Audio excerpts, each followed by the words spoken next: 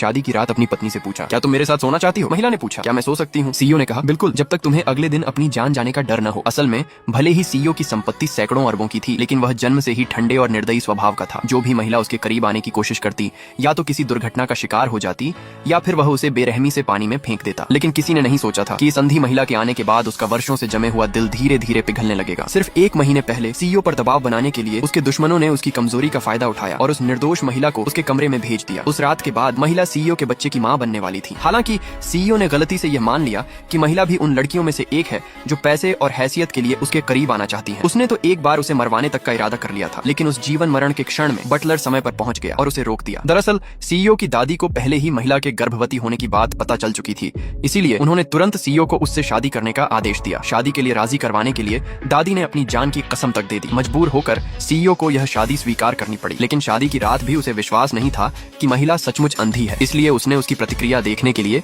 जानबूझकर उसके सामने कपड़े बदले। लेकिन महिला ने कोई प्रतिक्रिया नहीं दी। तभी जाकर सीईओ को यकीन हुआ और वह बाथरूम में चला गया। उसके बाद दोनों सोने के लिए लेट गए। महिला जानती थी कि सीईओ के दिल में उसके लिए कोई भावना नहीं है, इसलिए वह खुद ही जाकर सोफे पर सोने लगी। अचानक सीईओ चाहता था कि महिला उसके पास रहे, लेकिन वह सीधे यह बात कह नहीं सका, इसलिए उसने बहाना बनाते हुए उससे कहा कि वह उसे सुलाने में मदद करे। लेकिन जैसे ही महिला उसके बिस्तर के पास आई, कुछ ही सेकंड में उसका हाथ पकड़कर सो गई। ये देखकर सीईओ, जो पहले से ही थोड़ा चिढ़ा हुआ था, और भी ज्यादा नाराज हो गया। अगले दिन दादी ने महिला से पूछा कि उसने रात में कैसा आराम किया और उसे याद दिलाया कि अब वह गर्भवती है, इसलिए उसे पर्याप्त आराम करना चाहिए। दादी की चिंता ने महिला के दिल में थोड़ी गर्माहट भर दी। उसी समय दादी की नजर सीईओ की आंखों के नीचे पड़े गहरे काले घेरों पर गई, तो उन्होंने चिंता से पूछा कि पिछली रात उसे नींद क्यों नहीं आई। सीईओ ने ठंडे स्वर में कहा, मुझे उतनी अच्छी नींद नहीं आती जितनी एक अंधी महिला को आती है। यह सुनकर दादी तुरंत गुस्सा हो गई और बोली कि महिला अब उनके पड़पोते को जन्म देने वाली है, इसलिए सीईओ को उसकी अच्छी तरह देखभाल करनी ही होगी। लेकिन सीईओ अब भी यही मानता था कि महिला सिर्फ पैसों की लालची है। उसे क्या पता था कि यह साधारण दिखने वाली महिला वास्तव में एक अमीर परिवार की बेटी थी। वह सीईओ के घर में इसलिए रह रही थी ताकि उसके परिवार की ताकत का इस्तेमाल करके